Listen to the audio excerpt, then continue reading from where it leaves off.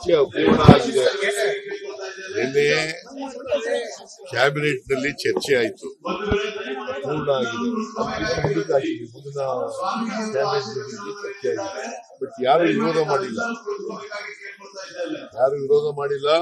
ಮತ್ ಪತ್ರಿಕೆನಲ್ಲೆಲ್ಲ ಬಂದಿದೆಯಲ್ಲ, ಏನ್ ಜೋರಾಗಿ ಮಾತನಾಡಿತು ಒಬ್ರಿಗೊಬ್ರಿಗೆ ಅಂತ, ಅವೆಲ್ಲ ಸುಳ್ಳು. Seat exam